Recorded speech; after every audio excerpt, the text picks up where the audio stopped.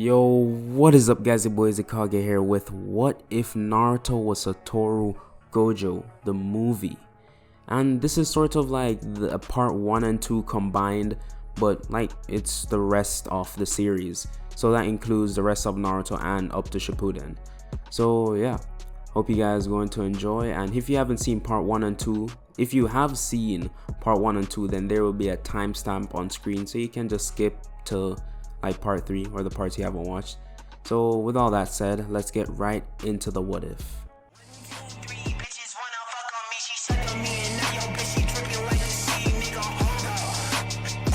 Also, don't forget to check out the Discord, link will be in the description. And yeah, part 1. So we start this what if off at the Gojo family household. This family is the last remaining of like the many households that were once plentiful around the nations.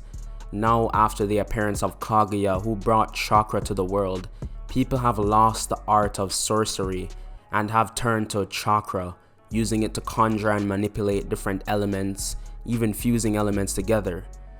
So we're at the Gojo family, and they live in a temple inside the land of fire, but not in the Leaf Village. Their heir has just been born, and he's their last hope to rebuild the art of sorcery and their family.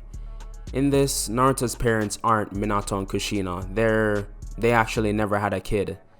So around a year before the Nine Tails attack is where we start. Also, you might be wondering how they'll deal with the Nine Tails without someone to seal it in, and even how the seal was weakened if Kushina doesn't give birth. The answer to the second one is just plot, and the first one is the amber purification jar.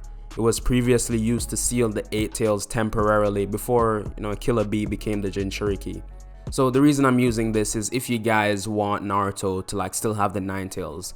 So comment that down below if you still want him to have it. So Kushina still dies from the Nine Tails impaling her, and Minato dies because using the amber jar kills someone if they don't have a lot of chakra. And because Minato was fighting Obito, he used up a lot of his chakra.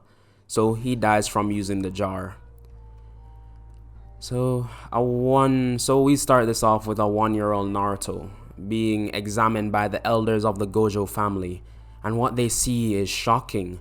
Naruto is the first in 100 years to be born with both the 6 eyes and limitless curse technique. Just his birth alone confirms to the family that he will become the strongest.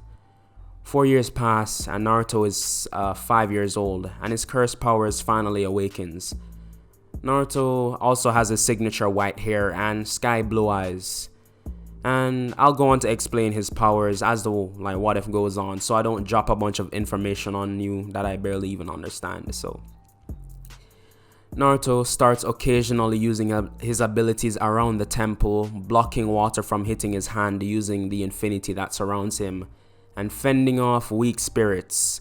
Since cursed spirits draw their power from negative emotion, his family feels Naruto's talents would be wasted in the temple, so they send him to live in the Leaf Village at the age of 7. Hiruzen, who came personally to take Naruto to the village, was informed of Naruto's strengths, and this intrigued Hiruzen. So he took Naruto to the village, where he got an apartment similar to Canon, and Hiruzen would give him money every month. So while in the village, Naruto could see many spirits from all the negative emotions present in the ninja world. And because of this is when Naruto adopts the signature blindfold. I've read a bunch of reasons why he wears it, but the one I'll go with is looking at a cursed spirit directly will make them aggressive. Think an Enderman, and the blindfold is a pumpkin head. So occasionally Naruto goes out to the forest and uses his abilities on some curses. None too strong, but after a week of living in the leaf and fighting off these spirits, Naruto finally found a good fight. He chased after this massive spirit with eyes all over its body, and it released acidic mucus from its worm-like body. Naruto doesn't even have to dodge it because it can't reach him. This cursed spirit sends waves of acidic mucus, completely destroying the trees around Naruto, but he was completely fine. Naruto then used his curse technique, Reversal Red, causing a very destructive, repelling force to hit the curse, destroying it. So these fights with curses, so from these fights with curse spirits, Naruto used to gain some experience, in fighting. And soon Naruto turns 8. So he starts attending the academy, and in his class, he would always be surrounded by girls because of Naruto's unique style with his straight black clothing and like lean body from all his fights. So the first few weeks of the academy go alright, except one day. Kiba is just angry at Naruto for hogging all the girls in the class. So one day he goes up to him for a fight. And this was the biggest mistake Kiba could have ever made. "Hey loser, I bet you can't even see anything with that thing over your eyes." And Naruto just wants to ignore Kiba, and he's about to just walk into the class, but Kiba tries grabbing Naruto, but he can't. There's something blocking him from doing it. Naruto then turns around and kicks Kiba in the side and just walks back into class, leaving him outside in pain. But soon Iruka passes and takes him to the nurse. So, people in the class saw this, and one person in particular was Sasuke. He saw how quickly Naruto took care of Kiba and so swiftly. So after school, he follows Naruto home, and before he enters his house, Sasuke came out and walked up to him. He then asked, "Hey Naruto, I don't know what power you have, but you seem strong, very strong, and I want you to teach me." Naruto looks at Sasuke with a blank expression and says, "Why?" Sasuke starts thinking, for a bit. He can't come up with anything. So Naruto just walks into his house, leaving Sasuke outside to think. And Sasuke stayed there for hours and hours until the next morning. And the next day, Naruto got ready. He ate something, and when he goes to walk outside, he sees Sasuke just sleeping on the ground. And Naruto is thinking, did he really stay there all night? And Naruto finds this funny, so he starts kicking Sasuke, waking him up, not really hard, just nudging him with his foot. And Sasuke gets up and he says, "So, will he train me now?" And Naruto says, "Nah," and just walks off to school. Sasuke kept following him and asking him, and when they finally reach school, Naruto had enough. He turns to Sasuke and says, "Alright, you're a new Uchiha, correct? That means you have the Sharingan. So unlock it and I'll consider training you." So with that said, that day Sasuke completely skipped school. He goes out to a training field and starts pushing his body to the limit, but nothing was working. And after the entire day, Sasuke, remembered something. He had actually already unlocked his Sharingan from, his whole situation with his brother, with the whole situation with his brother, but he just needed to activate them. So Sasuke thinks, a high stress situation would, help him activate his Sharingan. So Sasuke goes up to the Hokage head, the Hokage stone faces, and over the edge of the head of Minato, he steps back and runs and jumps off. Because this is a high stress situation, so he starts falling, and he soon realizes that even if he unlocks it, what is he gonna do? So Sasuke starts panicking. He starts breathing like oh my god, he doesn't know what to do. So Sasuke was about 10 seconds from being a pancake on the ground, and he starts to think how just stupid he is. Seconds before hitting the ground, and he gives up at this point. He can't come back from this. 5 seconds, and he starts remembering all the memories of his clan, all his parents, and why he wanted to become strong in the first place. 3 seconds before hitting the ground, and Sasuke is refusing to give up. He's looking for any way to survive. And 1 second before hitting the ground, it was as if time slowed down. He saw the ground slowly appear in his face, but he didn't hit it. He was hovering over the ground, and then he flew back up into the air back to the Hokage head, like where he jumped off, and he was grabbed by the back of the shirt and pulled like off the stone heads by someone.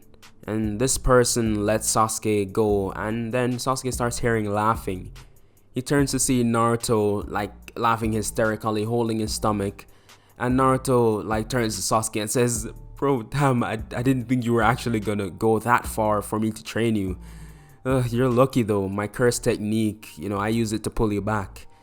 And Sasuke ran up to Naruto and started arguing like, why did you take so long to save me, and like stuff like that.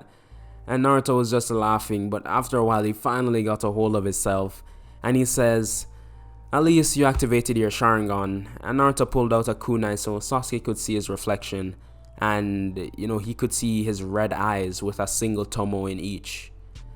So Sasuke started celebrating, like pumping his fist like, "Yeah!" and like screaming out of joy.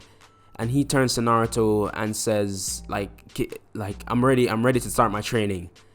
And as he says this, he sees something behind Naruto, and Sasuke froze at this. It had no legs and it was completely black. It didn't have a face except for its wide grin, and it had blades for fingers. Naruto was wondering what Sasuke was looking at, and he turned around to see a cursed spirit about to attack. Naruto simply dodges and grabs the cursed spirit's head and just crushes it. And it just starts dissipating, and Sasuke was so confused at what he just saw. And while Naruto was brushing off his hands, he says, "What was that?" And Naruto says, "Oh, you can see them too? Well, that was a cursed spirit. And they're everywhere around here, but those ones are pretty weak. I guess when you activated your Sharingan, you can see them." And Sasuke, he had a confused look on his face and says, "A cursed what?" And Naruto just face palms and sits Sasuke down, and he goes on to explain, cursed energy and cursed spirits, and explains his own abilities. Sasuke, after hearing this, passes out from all the information, and because his Sharingan was draining all his stamina. And Naruto just sighs and picks Sasuke up and like brings him to the Uchiha compound. And he just goes to a random house he thinks is Sasuke's house and chucks him through a window onto his bed. And Naruto then goes home. The next day, Naruto, he gets ready to train because it's like the weekend, and he opens his door and Sasuke was there waiting. He gets up off the ground and he says, "Yeah, I'm ready to train." And Naruto just sighs and, Naruto just sighs and says, "Alright, let's go." And the two go to the same like waterfall area where Naruto and Jiraiya were training in canon. So Naruto starts Sasuke off with something basic. He gives him a training routine to help his chakra control, and Naruto just leaves Sasuke to do this. The next day, Naruto comes back, and Sasuke had already mastered all of them with the help of his Sharingan. And since Naruto wants to be able to use chakra as well, even if it's the basics, so he joins Sasuke.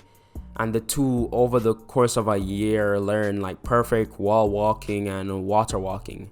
And yes, I'm giving Naruto chakra because it's present in all living things, and so is cursed energy. So I'm giving him just because. So Naruto and Sasuke over time build a strong bond because they're training for basically years. And they spar a lot, with Naruto winning every time, even without his cursed energy. Naruto has an above average natural skill with taijutsu, and it's not something he learned. It was, like I said, it was just natural from birth. And in the academy, the two are always at the top of their class, with Naruto always getting a 1 over on Sasuke. So he's always at the top, while Sasuke has to settle for number 2. And in this, the villagers see these two as like their strongest young talents, and they treat them well. So fast forward to the graduation exam, and Naruto and Sasuke get to class with their usual group of fangirls following behind them. They sit down, and Iruka goes to hand out the written portion of the exams, which they complete in no time, and they go outside. First they do shuriken throwing, then 1v1 like sparring matches. So some students go like Kiba versus Choji, Shikamara versus Shino, and some other fights with like background characters. And the last fight was Naruto versus Sasuke. So the two contenders walk up to the ring, and the girls, like not a ring but like a circle in the ground, and the girls are like screaming out like both their names, and then Iruka shouts begin. Sasuke quickly activates his Sharingan, which progressed to a 2 Tomoe over the years, and rushed Naruto. Naruto began dodging all of Sasuke's attempts at attacking him, even going as far to keeping his hands in his pockets, but his cockiness got the best of him. Sasuke managed to land a hit on Naruto, knocking him close to the edge of the ring, and like Sasuke, seeing this opportunity, rushes Naruto, but he regains his footing and dodges the punch, grabs Sasuke's arm and flips him out of the ring. Everyone begins cheering, and even the passing villagers who were watching started cheering as well. Sasuke felt a bit bad because like he never wins against Naruto, but Naruto reaches out his hands to help him up, and just a little bro moment. So Iruka announces Naruto the winner, and they all go back to the classrooms. There Iruka announces all the teams. Team 8, Kiba, Hinata, and Shino. Team 10, Choji, Ino, and Shikamaru. And Team 7, Naruto, Sasuke, and Sakura. Hearing the team, Sakura jumps out of her chair and screams, "Suck it!" like to Ino, and like she's like, I'm like on team with the hottest guys in the school, and Ino's just like, whatever. And she turns away from Sakura, and Sakura is just feeling herself. She's like, yeah, I'm on the team with these guys. So Sakura went up to both Naruto and Sasuke, who were like already sitting down together, and started like making small talk. And while she was trying and failing to talk to them, all the Jonins come to take their teams, like Asuma and Kurenai. But Kakashi was taking forever to get there. And about an hour passed, and Team 7 is annoyed at this point. So Naruto comes up with an idea. He uses his 6 eyes technique and senses for Kakashi's presence. So when Naruto finds him, he uses his curse technique, Lapse Blue, and pulls Kakashi towards him, grabbing his Jonin vest and throws him into the class. Kakashi didn't even know what was going on. One minute he was chilling reading Makeup Paradise, and the next he was surrounded by his new team. So Kakashi gets up awkwardly and says, hey guys, you all seem lively today. Naruto cuts him off and says, Sensei, you've been having us wait for an hour while you're reading this? And Naruto picks up the Makeup Paradise book, and Kakashi tries grabbing it, but Naruto moves it and he says, you're not getting this back unless you promise never to be late. And Kakashi sighs and says, alright, whatever, just give me the book. And Naruto does, and Kakashi gets up. He goes on and tells his team to meet him on the roof, and after a minute they all walk up and reach the roof. So they sit down, and Kakashi then asks them to introduce themselves and state their likes, dislikes, and goals. Not much changes with the answers. Sakura goes and says, hi, my name is Sakura Haruno. I like a certain someone, and glances at Naruto and Sasuke and says she dislikes killing, and her goals are to marry a certain someone. Kakashi's first impressions are that she's focusing too much on love, and that won't even that won't get her anywhere in the ninja world. Next is Sasuke. He says, hi, my name is Sasuke Uchiha, in his moody voice. I like training with Naruto, and dislike being beaten in a fight, and my goals are to restore my clan and kill a certain someone. Kakashi, hearing this, thinking Sasuke thinks too much on vengeance, and that will lead to his downfall. Next is Naruto. He says, hi, my name is Naruto Uzumaki. He says, hi, my name is Naruto Gojo, and I like killing, curses, I hate curses, and my goal is to get rid of curses for good. Both Kakashi and Sakura are confused what he's even talking about, curses, but They don't really say much about it, but they are like definitely thinking about like what he's talking about, that he hates it so much. So Kakashi tells his team about the bell test and tells them not to eat anything.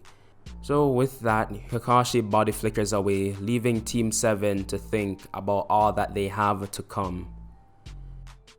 Part 2. So we start the morning of the bell test.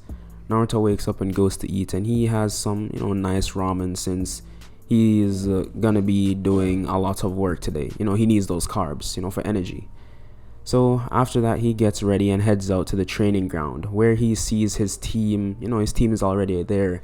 And surprise, surprise, the man himself, Kakashi, isn't late for once. So, he learned from last time. So Naruto goes up to his team and they enter the training ground. Kakashi explains the rules of the bell test, and it goes as follows. The first 2 to grab the bells wins and will go on to become genin, and the one who fails to grab a bell will be sent back to the academy. So without much thought, the team agrees, and as Kakashi started, Sasuke and Sakura went to hide in the forest while Naruto stood to face off against Kakashi. Obviously, Kakashi didn't think much because he's fresh out to the academy. So he just thought Naruto is just being cocky, which, he was, but he was about to have a rude awakening. Because there's some, he can back up what he's saying.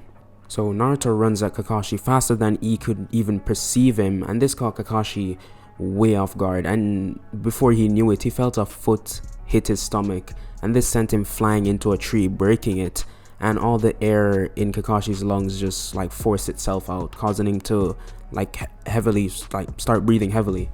And both Sasuke and Sakura, who found each other in the forest, were watching in awe at Naruto's just raw speed and strength. Sasuke was more used to it, but Sakura especially was caught off guard.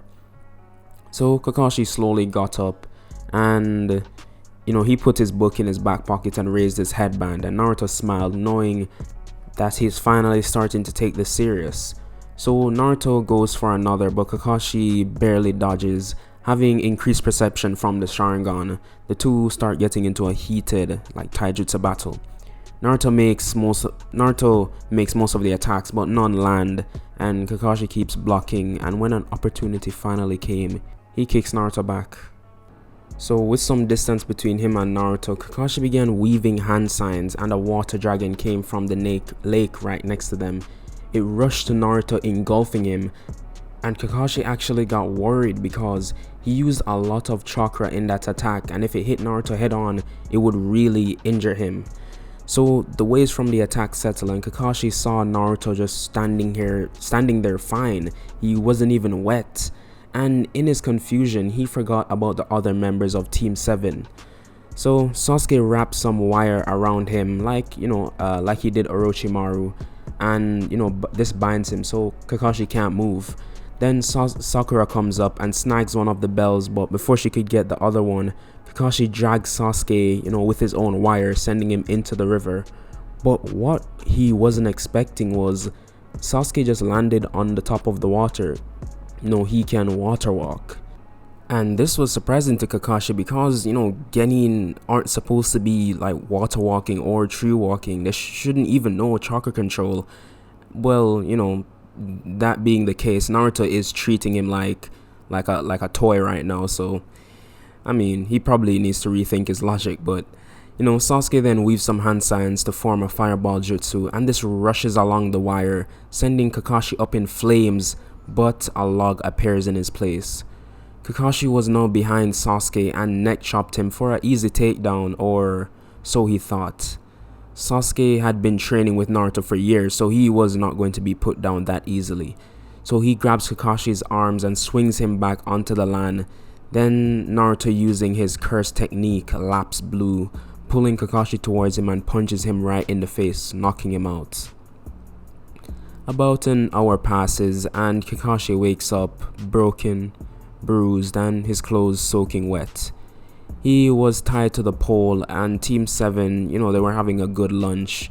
Then they noticed Kakashi was awake, so being, the loving team that they were, they started eating right in front of his face, just mocking him.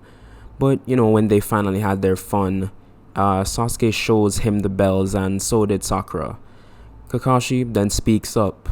So, Naruto, you know what this means, right? You'll be going back to the academy. Naruto almost chokes on the food because, he started laughing. He's like, yeah, sure, Kakashi. I think if I don't become a Genin, then I'll just become a Jonin anyways. And Kakashi replies, oh, what makes you so sure?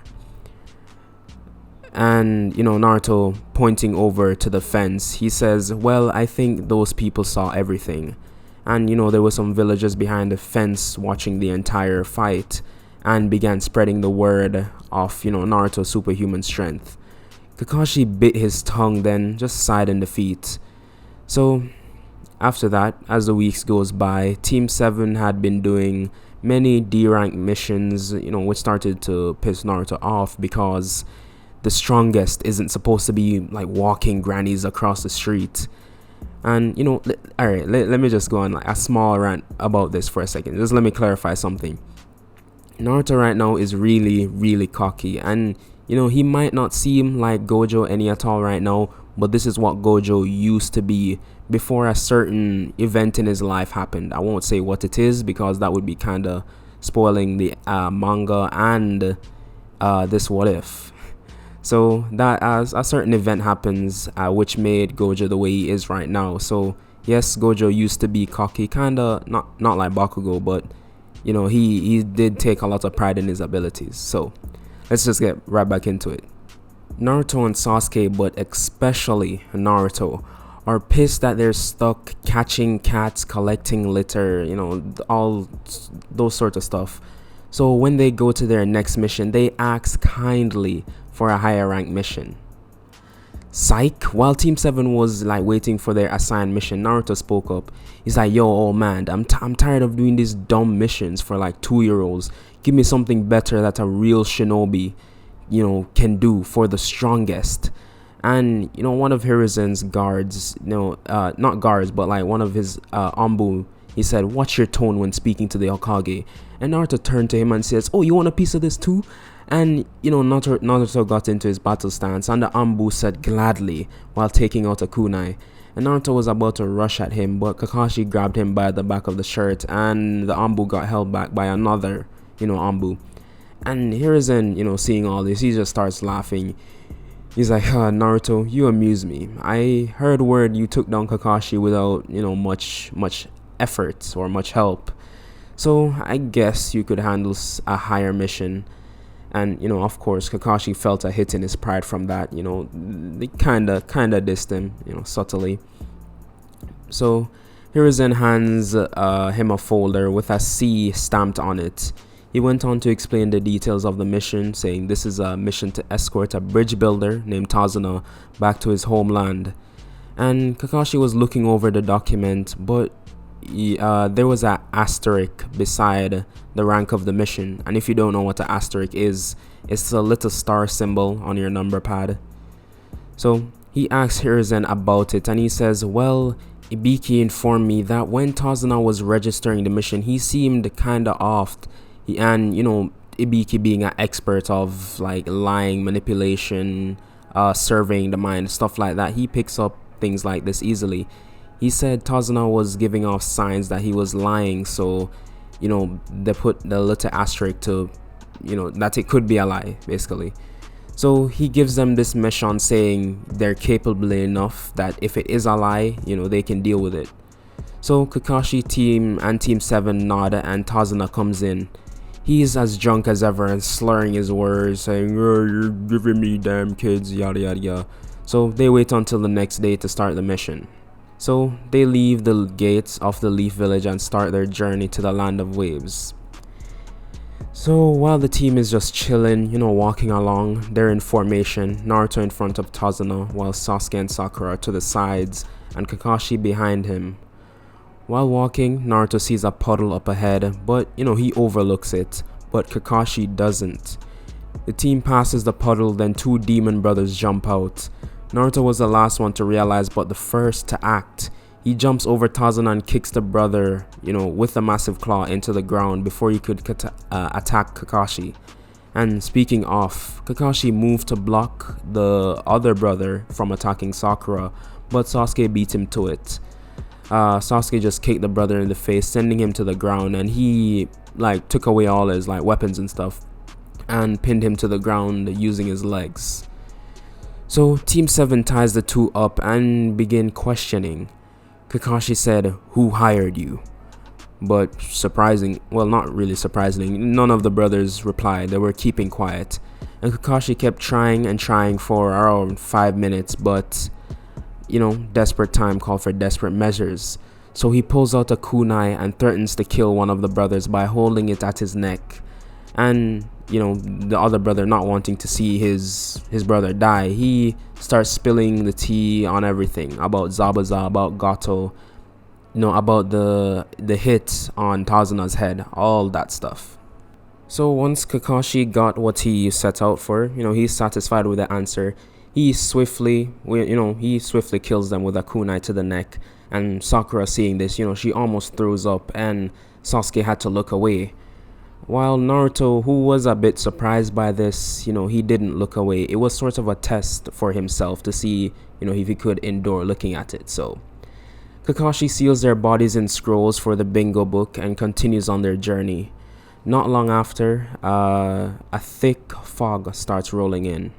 This fog seemed familiar to Kakashi, and while he was thinking about this, both him and Naruto heard something like coming towards them in the distance. And at the last minute, they both yelled duck, and a sword came flying overhead and going into a tree. And Zabuza appears. He lands on his swords and starts his whole speech. I don't even know what he talks. His whole monologue. And Naruto was about to step up to fight him, but Kakashi held him back, saying, I have a bone to pick with him. So the fight with Kakashi and Zabuza goes the same. Nothing really changes. Kakashi copying all of Zabuza's moves and eventually being caught off guard and trapped in a water prison.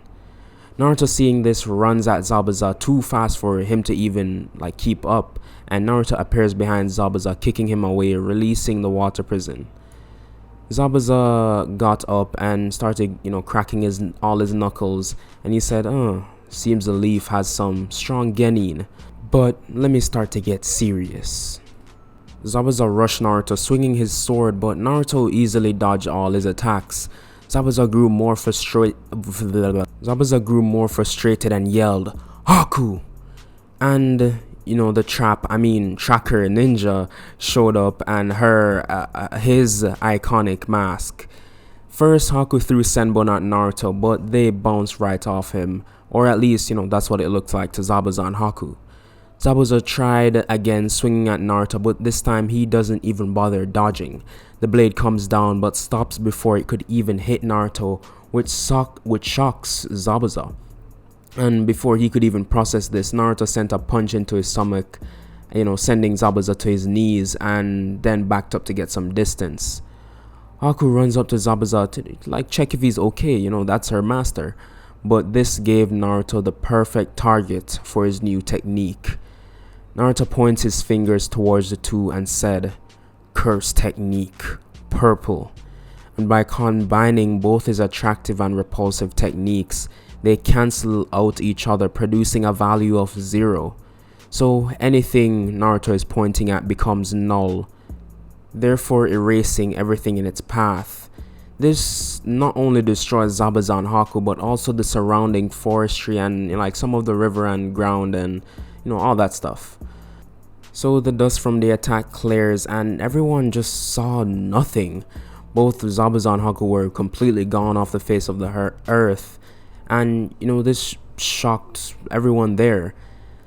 So with that, Kakashi fell to the ground exhausted from overusing his Sharingan, but Sasuke catches him.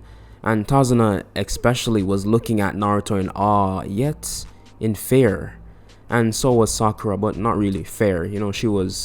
She admired Naruto, kind of. Not as much as Sasuke, but yeah. So Sasuke, still having Kakashi on his back, came up to Naruto and said, "You have to teach me that someday." And Naruto just laughed and says, "Yeah, maybe." Obviously, Naruto is joking here because it's an inherited ability. But he just says this because he knows Sasuke will annoy him to the end of time to teach him. So Team 7, after riding on the boat, gets to the land of waves and to Tazuna's house. His daughter is surprised to see him and gives him a massive hug and, shows Sasuke to a room where he can put Kakashi to rest. Everyone goes inside, around the dining table, and if I'm not mistaken, Tazuna's daughter's name is Tsunami. So Tsunami was in the middle of cooking dinner when they arrive. So she shared out some food for everyone. So everyone's around the table, having this delicious food. It's amazing, and they're complimenting Tsunami and stuff. And while everyone's having a fine time, someone had to come ruin it. Inari comes up to the dinner table and Tazuna's daughter, she tries introducing her son, but he began shouting and spouting nonsense about them being too weak to beat Gato and yada yada yada. And actually Tazuna was the first one to speak. He told Inari to be quiet. He raised his voice, and this kind of made Inari feel a bit scared because his grandfather never raised his voice to him. So Tazuna goes on to say without them, he would have died, so don't disrespect them. And Inari just had a shocked look in his face and deeply bowed to apologize and ran off. Everyone began eating in silence, with Naruto not really caring, and Tazuna feeling good. He just defended the honor, I guess they would call it, his honor. So it's a kid, I don't know what you're really defending, but sure. So and everyone else in the room is feeling a bit awkward. So days go by, and during this time Naruto has been dealing with some of the thugs in the land of waves, clearing all the criminals, and also he's helping gather food for the locals so they don't starve. Soon the bridge is finished and all the workers begin celebrating, but this didn't really last long. Soon, around 100 of Gato's men showed up, and Naruto was the first to step up. He can take these guys out with a move, but he got held back by Sasuke. He grabbed his shoulder and said, "Come on, at least let me use what I've trained so hard for." So Naruto, he stood back and he said, "Okay, sure." And Sasuke rushed into the giant mob. He activated his two Tomoe and easily dodging all their attacks, used the Sharingan's copying ability. Sasuke performed many jutsu used in Zabuza and Kakashi's fight to take them down. Then his final move, water style, great waterfall technique. This created a giant vortex of water, sending all the thugs right back into the water, where some of them drowned. So with that, Naruto walks up to Sasuke, gives him a pat on the shoulder and says, "Not bad, kid." Finale. So we left off with Team 7 leaving the Land of Waves after completing their first real mission as Team 7.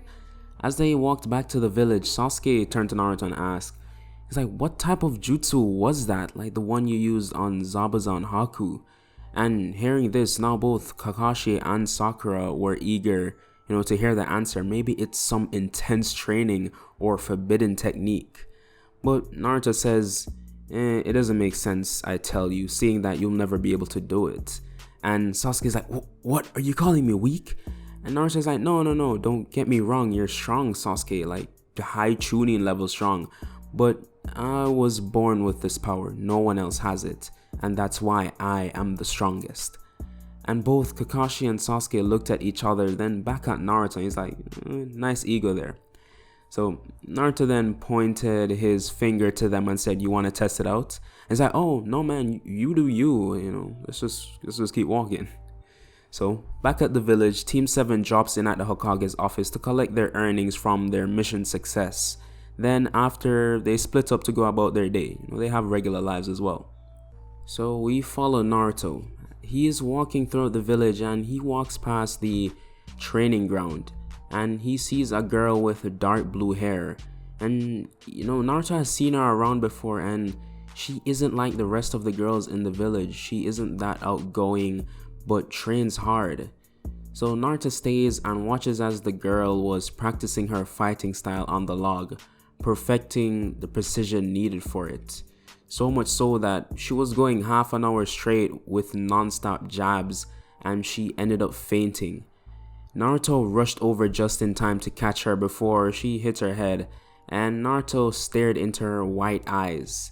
And at that moment, Naruto realized how beautiful she was.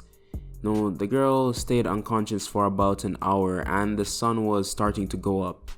She woke up and she was resting on someone's lap, and it was really comfortable, but then she realized the more important question: whose lap is this?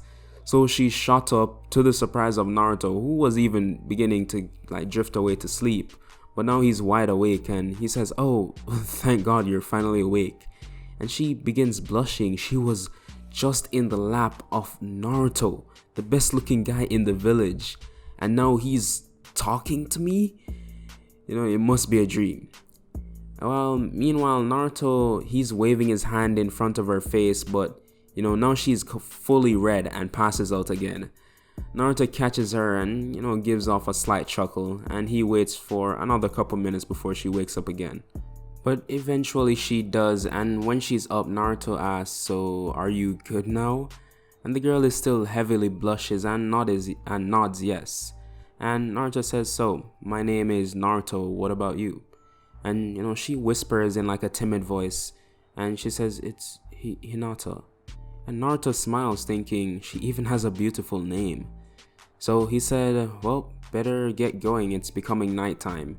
And she looks around and realizes that she's been out for a while, it's turning to night. So Naruto asks, "How about I walk you home?" And Hinata, hearing this, began to get flustered, but Naruto was already started walking, so she ran to catch up to him. And while they were walking, it was starting to get cold, seeing that it's nighttime and all the lights from the signs are lighting up the village. And Hinata begins to shiver, and the only source of heat was from Naruto, so she clung to Naruto's arm. And he was caught off guard by this, but he stayed cool. But he took off his jacket and wrapped it around Hinata, and when they eventually arrived at the Hyuga compound, the guards there recognized their heiress to their clan and welcomed her. So Hinata waved goodbye to Naruto, and he watched as this angel disappeared, and then realized, wait, she had my jacket. And Naruto just turned around and just he just let off a huge sigh and just walks home and immediately goes to bed. The next day, Naruto woke up ready to face the challenges of the day, and while he was preparing breakfast, one of Kakashi's dog summonings appeared in his living room. And Naruto was surprised, but the dog had a scroll in its mouth. So Naruto took it, and as he did, the dog just poofed away. So Naruto read it, and it was just instructions for the team to meet up at Training Ground A. So Naruto had some good food, something hearty, get the energy levels up. So Naruto headed out after that. He made his way to the training ground, and his team was already there waiting for him. So Kakashi tells them about the Chunin exams, where they can display their abilities to have a shot at becoming, Chunins. And Sasuke was the most excited out of the three. He's been training his socks off, and it's finally time to show off, what he's learned. So Kakashi tells them they have 2 weeks to get prepared. And with that, Team 7 begins training.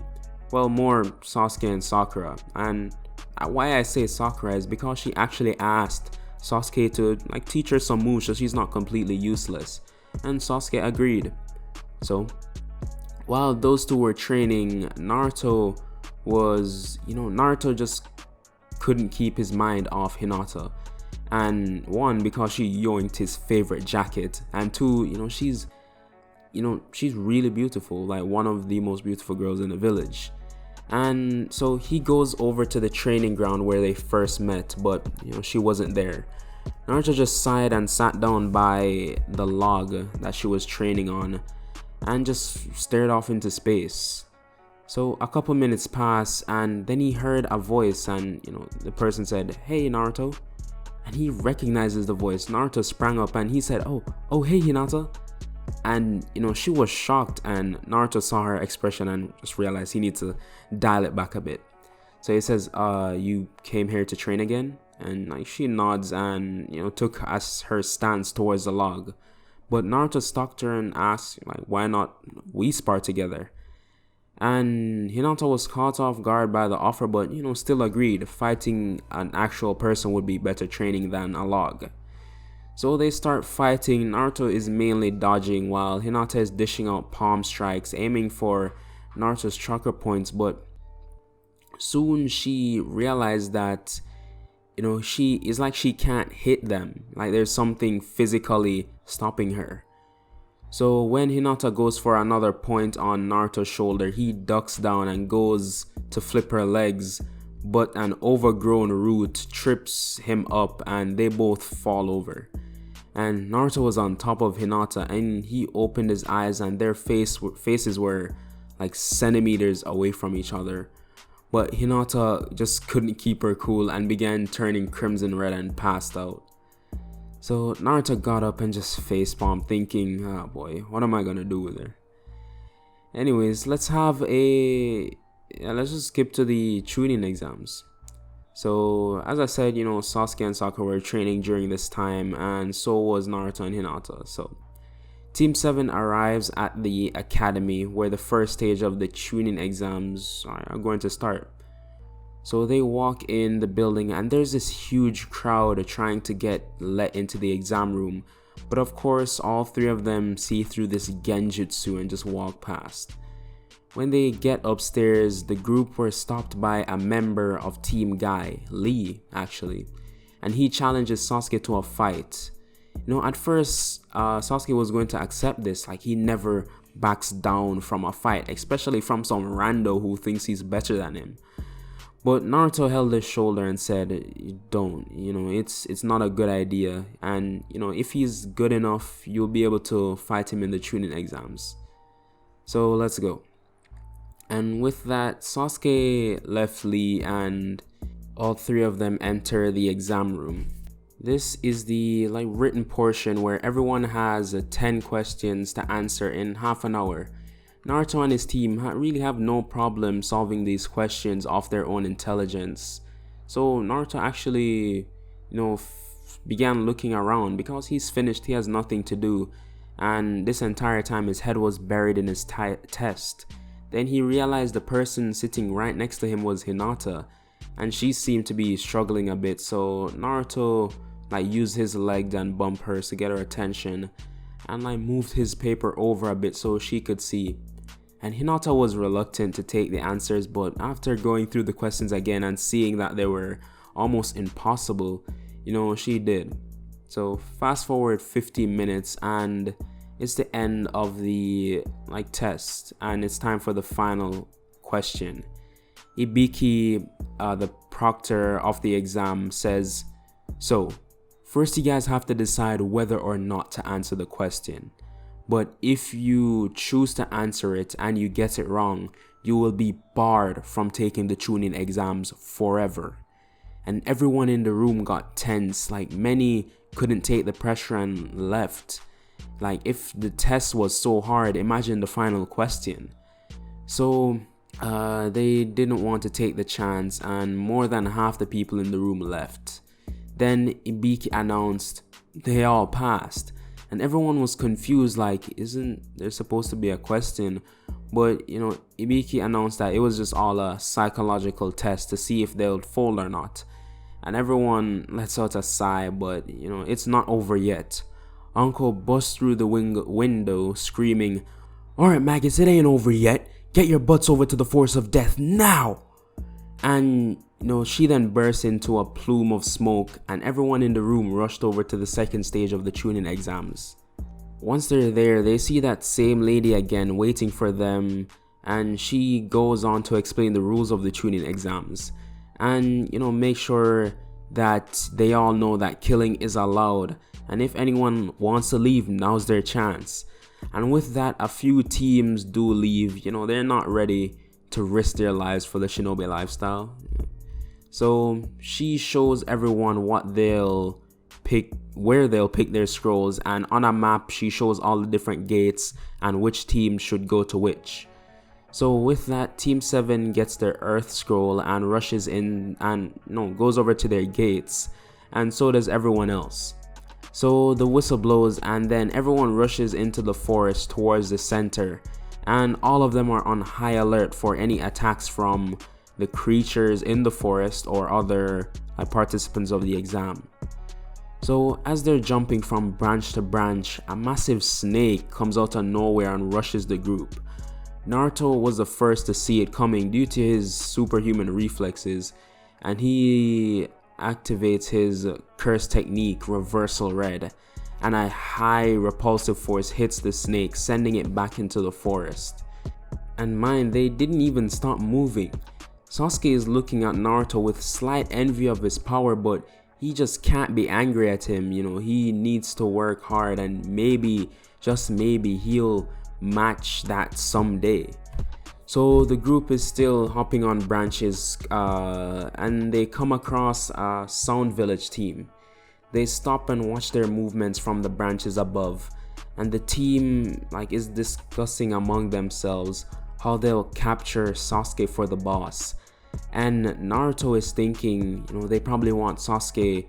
Well, the only reason they would want Sasuke is for his Sharingan. He's the only Sharingan user left, so it's kind of obvious. So the Sound Shinobi continue talking while Naruto, Sasuke, and Sakura come up with a plan. So skip 5 minutes when the plan is in action.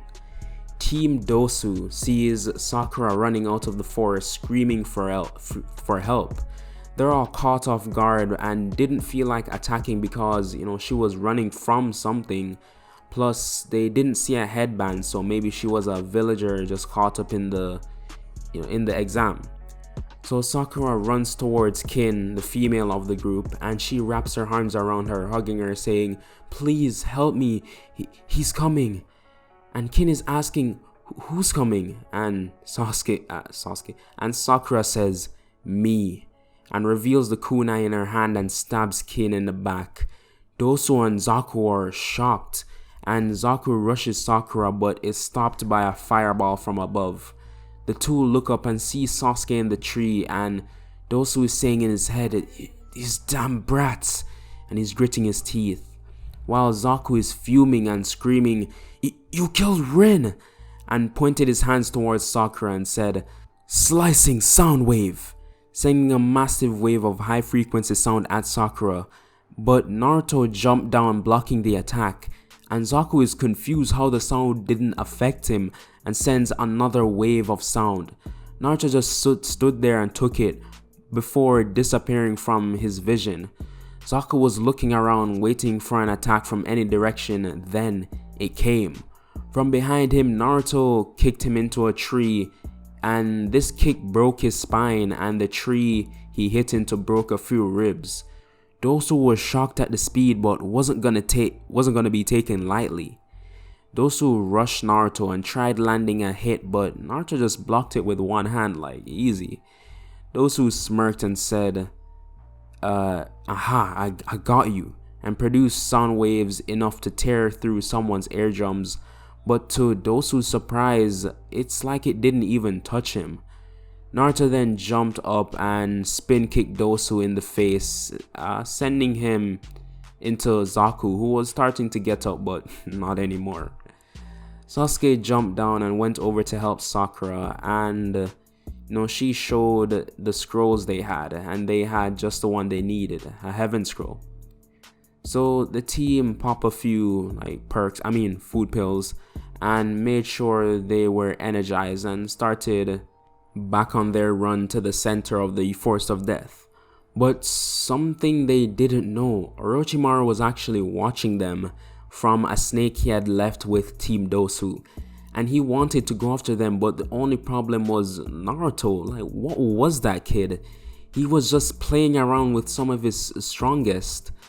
So Orochimaru decided to stay back and observe for now. So after an hour, Team 7 made it to the mansion at the center of the Forest of Death, and they opened their scroll, and Iruka Sensei came out in a puff of smoke. He was going to scold them for like opening the scrolls early, but realized that they actually made it to the mansion, which surprised him because, they were the first one there and in record time at that. So anyways, Iruka tells them to wait for the others to arrive, and Lorther will give them further instructions. So a day later, and T and the other team start arriving. So to the preliminary rounds, Lord Third explains that like one too many people have passed, so they need to have preliminary rounds to get rid of some of them. So to the first round, it's Naruto versus Kiba, and Kiba was remembering the day he got completely dropped by Naruto, but he's been training day and night, so there's no way he'll lose, right? So the proctor begins the match, and Kiba immediately goes on the offensive. It's like, come on Akamaru, man beast transformation, fang over fang. And Kiba and Akamaru start spinning, creating a near unstoppable attack. They spun around, picking up speed and aim for Naruto. So at the same time, they rush at him and they hit him. And Hinata was the first one to like scream in fear, like she knows what Kiba's attack can do. So she was worried if he got like greatly injured. But Sasuke spoke up, like seeing Hinata's distress, and he said, "Hey Hinata, don't worry about Naruto, there's no way he'll be taken down by some weakling." So, this reassured Hinata a bit. I mean, he just called her teammate a weakling, but sure. So to refocus on the arena, and yes, Kiba did hit Naruto, but he was just still standing there unfazed. And Kiba realized this and was in shock. He was like, "How? There's no way." And Naruto then reached out and grabbed both Kiba's arm and Akamaru, who looked like Kiba's arm as well, stopping them from spinning. He then threw Akamaru into the opposite wall and threw Kiba onto the same spot, knocking them both out. And the proctor then declared Naruto the winner. He went up to the stands and he was walking past Team Kurenai when he got stopped by Hinata.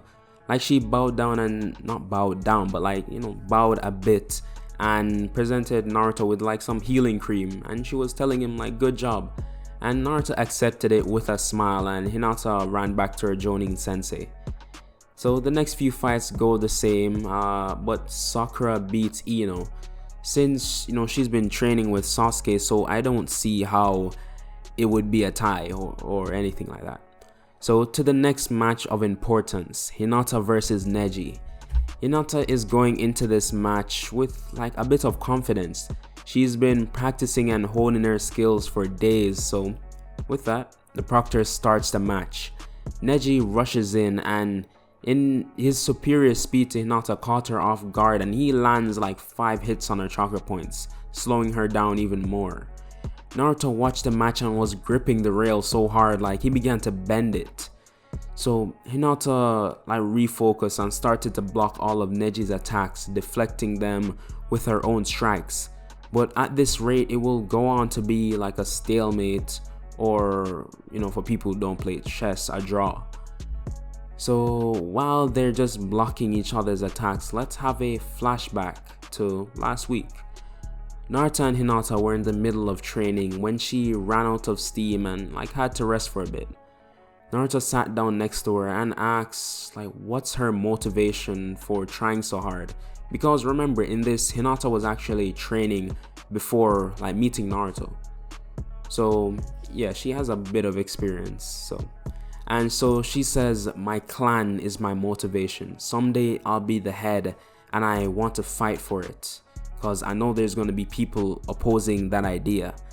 And Naruto questioned, "So what about that Neji guy? He seems pretty strong."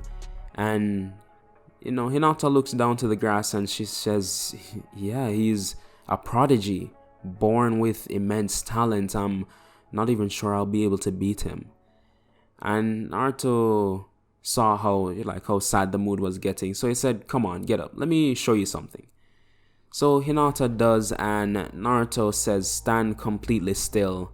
Now feel the air around you. Do you feel hate and the menace of this world?" And Hinata was standing still for a couple seconds, like 30 seconds. And she said yes. And Naruto replied, now use that to fuel your attacks to strike harder. So Hinata raised an eyebrow and said, are you sure this'll work?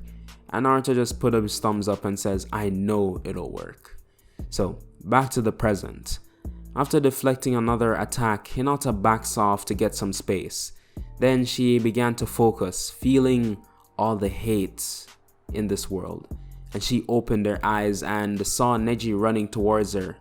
So she took a step, and to everyone, she disappeared and reappeared behind Neji and launched a barrage of strikes, sending him to the ground. And everyone was shocked at, like, how did she do it? And Sasuke realized what that was. Her movements, that speed. Only one person was that fast. Naruto. But how? I thought he said he was born with it. So the proctor calls the match, declaring Hinata the winner, and to the month training period. I'll say not much happens here. Naruto isn't related to Pervy Sage in this anyways, so he wouldn't really feel a need to train him.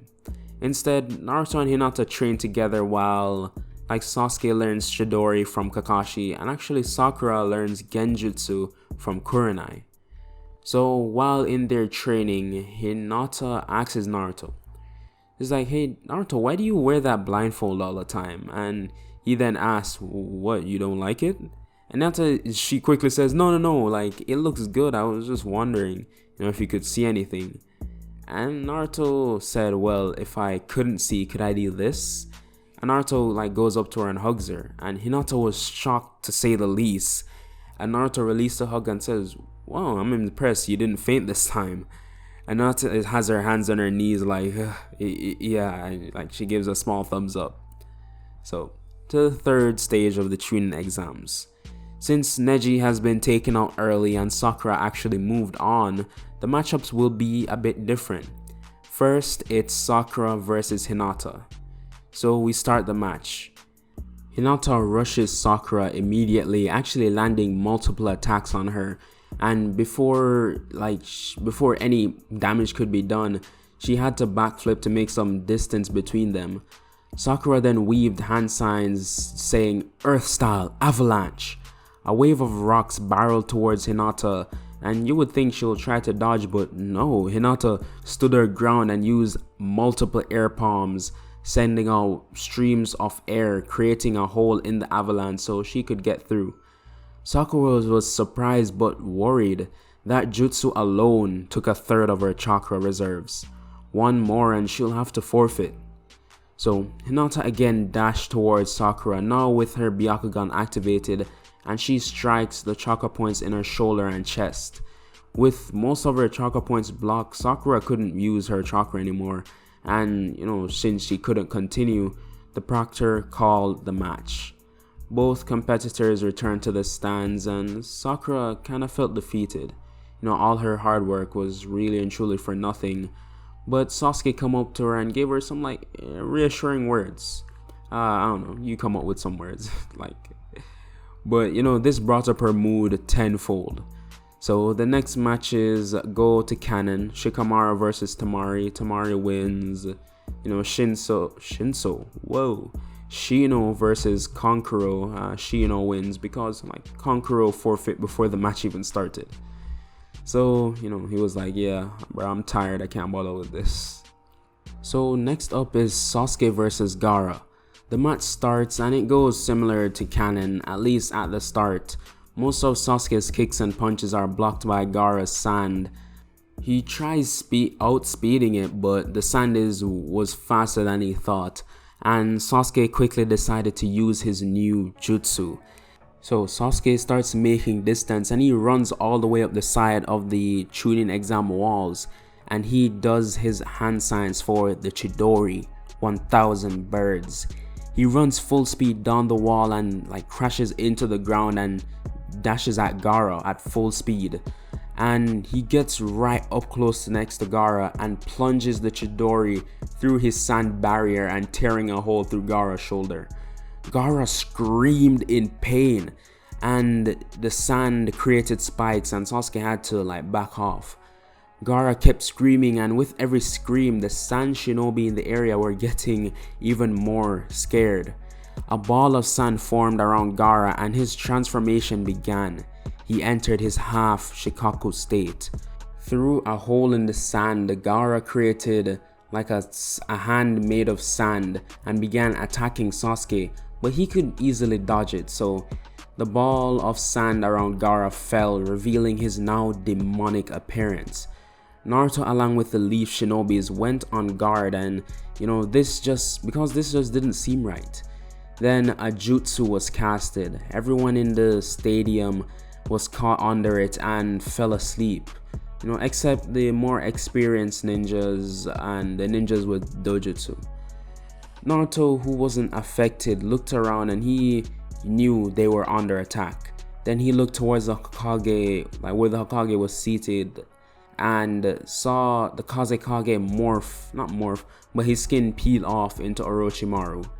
Naruto knew he has to take down Gara and Orochimaru quickly, but with so much people around, he can't use Hollow Purple without somebody getting caught up in it as well. So Naruto jumps up to where Hiruzen is before Orochimaru could grab him, and he grabs Orochimaru himself and throws him down into the stadium.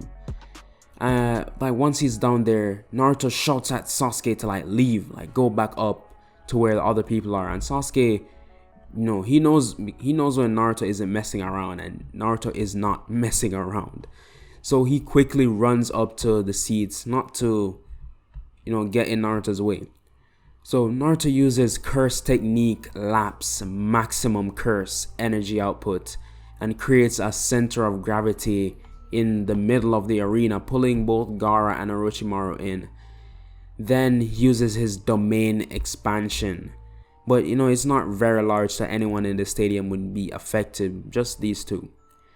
So Naruto's blindfold comes off, revealing his sky blue eyes, and he lets it go for around 10 seconds, severely messing up both Gara and Orochimaru's brain, and they both fall on the ground, physically unable to move.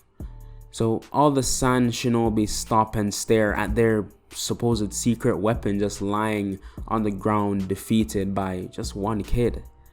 So most of them surrender, and the ones that don't are dealt with by Kakashi and Guy. And the sand shinobi that were supposed to be in the village actually haven't started their attack yet. They were told when Shikaku appeared to begin, but it never came. So hours pass, and the sand shinobi that gave up, like Kankuro and Tamari, they ratted out the locations of the explosions and other sand shinobi on standby. So the situation was dealt with quite quickly and easily. So the next day, the Hokage called in Shikamaru and Naruto. They walked into his office, and both Kakashi and Asuma were there waiting as well. The Hokage then said, "Well done to the three of you in the Chunin exams. Your actions are congratulated with your promotion to Chunin. Shikamaru, for your intellect in battle, we present you with the rank of, mid-Chunin." And Asuma hands him a flak jacket, the one Kakashi wears. And the Hokage continues, "And for you, Naruto, for protecting the leaf against certain danger, and by taking down Orochimaru and the Jinchuriki, we present you the rank of Special Chunin." And Kakashi then hands him a similar flat jacket, except it's black and grey, black with grey accents. So both Naruto and Shikamaru bowed at the Hokage and left. So for some exposition, Gara is in the hospital at the Sand Village. After they explained they were being manipulated by Orochimaru, the Leaf and Sand are still allies, and Orochimaru, on the other hand, couldn't be kept alive. Even though Hiruzen tried, but he was outvoted in a council decision 10-1, and Orochimaru was executed. But somehow, someway, maybe Orochimaru still lives. So seeing that Hiruzen is alive, he still remains the Hokage, but he is thinking of retiring. But not anytime soon. So for the 3-year time skip, during the first 2.5 years, Naruto had actually been training, honing all his abilities to the utmost, and he gained a new cursed ability.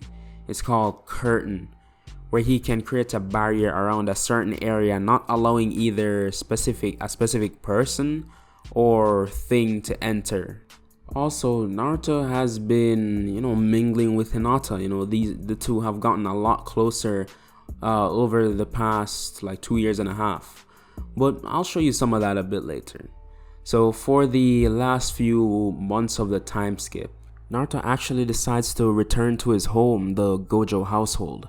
So Naruto is at like his house in the Leaf, and he's packing some essentials and scrolls, stuff he'll use while traveling.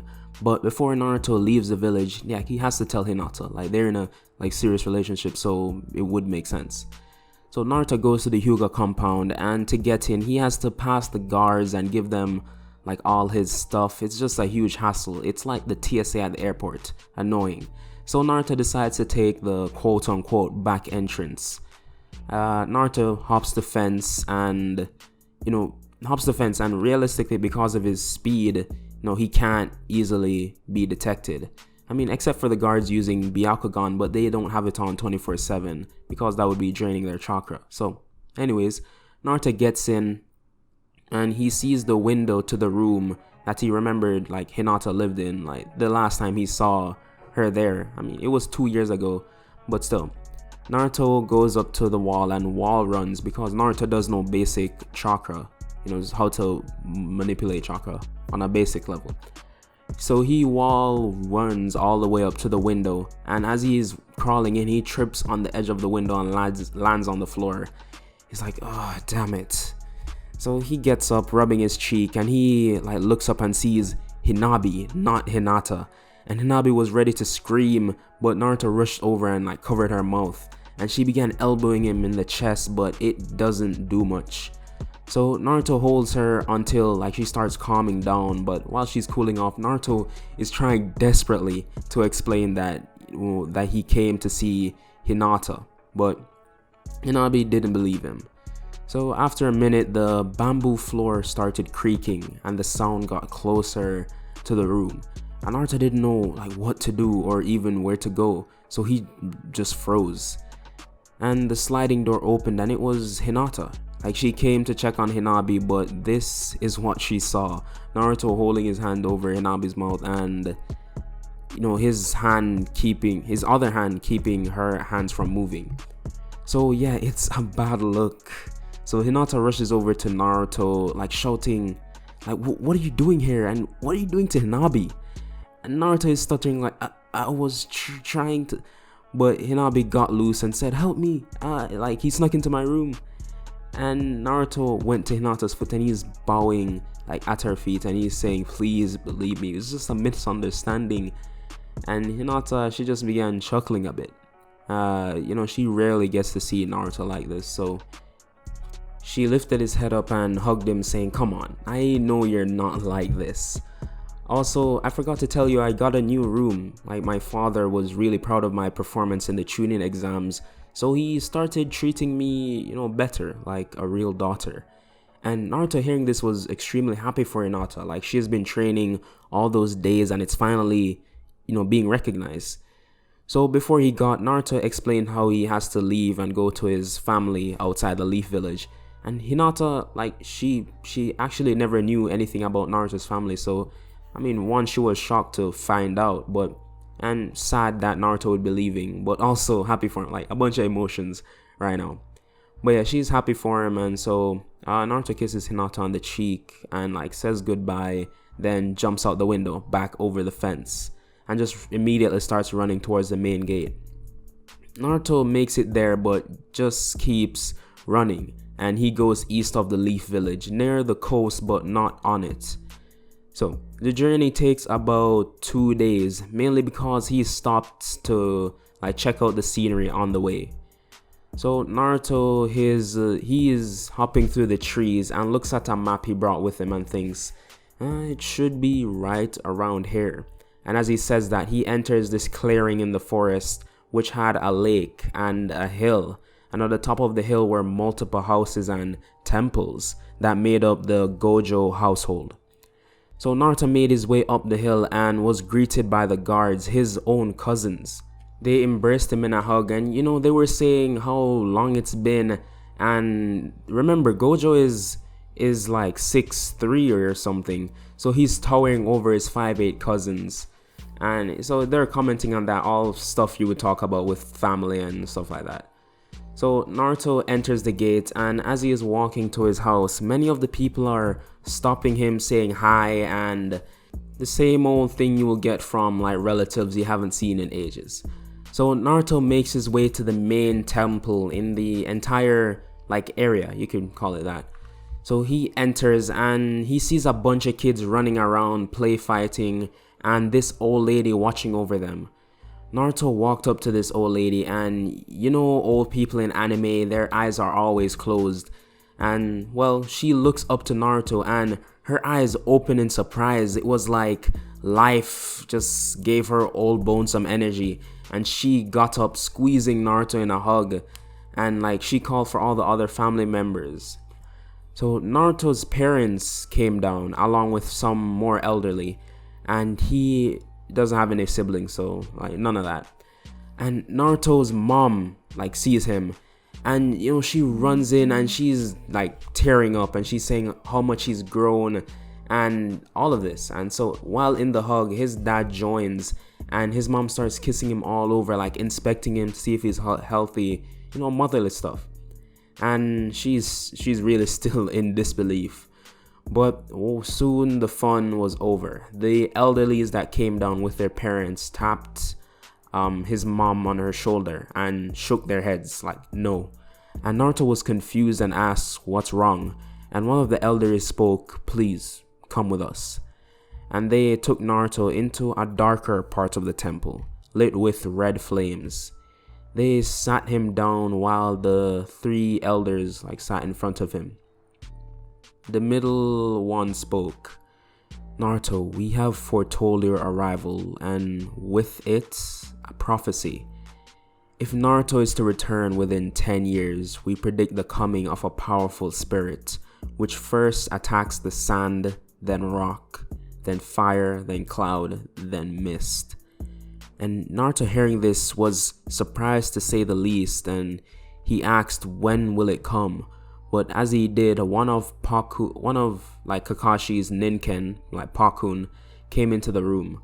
And Paku is the one that can talk, and Pakun is telling Naruto that the sand had been attacked by an Akatsuki member, just one, but his power was unmatched, and he took down Gara easily and also captured the village hidden in the rock. Yeah, the rock village is Jinchuriki, Roshi, the Four Tails. And Naruto was surprised and angry. Like, he jumped up ready to get going, but he got stopped by his mom, and she hugged him saying, "I love you." And those words hit Naruto to the core, and he said, "I love you too." And with that, Naruto ran off following Pakun. While they were on their way back to the village, Naruto thought about what the elders said. It said first it would be sand, then rock, then fire. And this made Naruto even worried they would be going to the leaf next. So Naruto started going in overdrive, making it back to the village within a day. But once he got there, he wanted to unsee it. The village was almost completely destroyed. The only thing making it recognizable were the Hokage heads and half the Hokage mansion still intact. Without thinking, Naruto instinctively ran to the Hyuga compound, or where it was supposed to be. It was just completely rubble, but someone called out for Naruto's name. He turned around and saw Hinata waving him to come over. So he rushes over to her and hugs her tightly. And Naruto asks what happened. And Hinata said, an Akatsuki member destroyed the village somehow, we're not sure.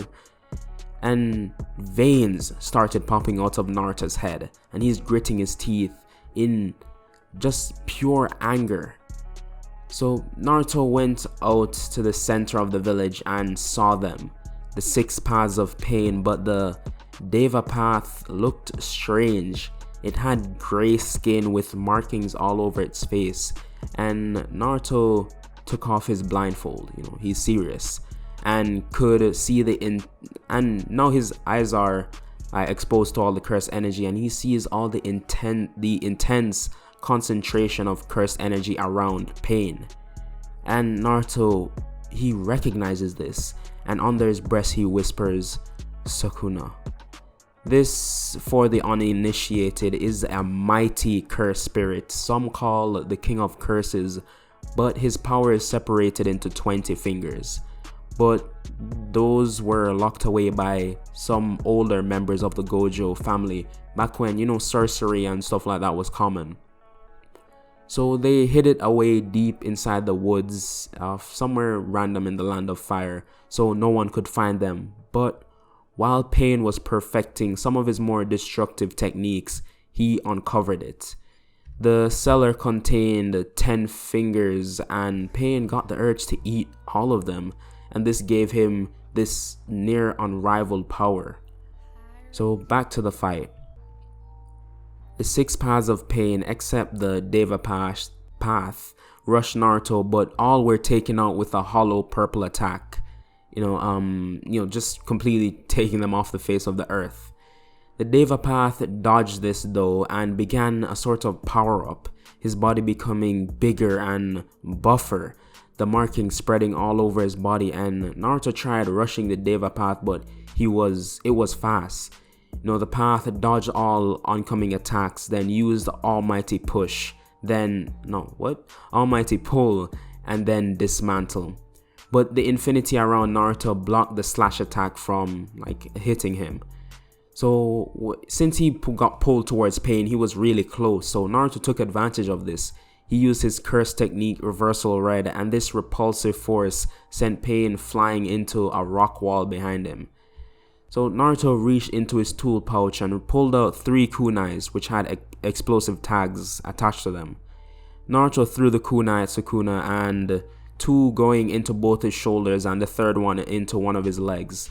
And the kunai blew up, sending Sukuna's limbs flying off. So while he was immobilized, Naruto used his domain expansion, trying to get this over with. But the problem is that the bodies of these paths, the Deva path, it's already dead.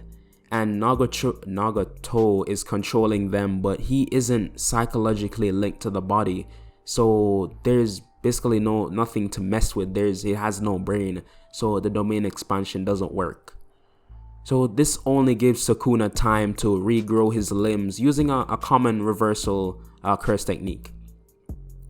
Sukuna gets up and creates an arrow using his pyrokinesis, and he launches this arrow into the air, and when it's pretty high up there, it breaks into smaller arrows raining down on the ground. Again, his infinity coming in clutch. Naruto doesn't even have to dodge these. He quickly, because they don't even hit him. So Naruto rushes Sukuna, and he quickly closes the gap between the two. And when Sukuna goes for another slash attack, Naruto dashes behind him and snaps his finger. And this activates its hollow purple technique, destroying Sukuna completely and the ground around him just disappearing. So from the fight, Naruto was exhausted. He had to use hollow purple twice, and this it drains him a lot. So he limps over to his blindfold and ties it back around his eyes before falling over due to fatigue. And at the same time, Nagato dies. He already had a frail body, but this was put to the limits while controlling Sukuna. But its power was the only thing keeping him alive, so with him dead, Konan actually destroys the Renegon because she saw what it did to Nagato and doesn't want that ever again. So yeah, 3 days later, and Naruto wakes up in a tent. He had a warm towel on his head, on his forehead, and he began looking around.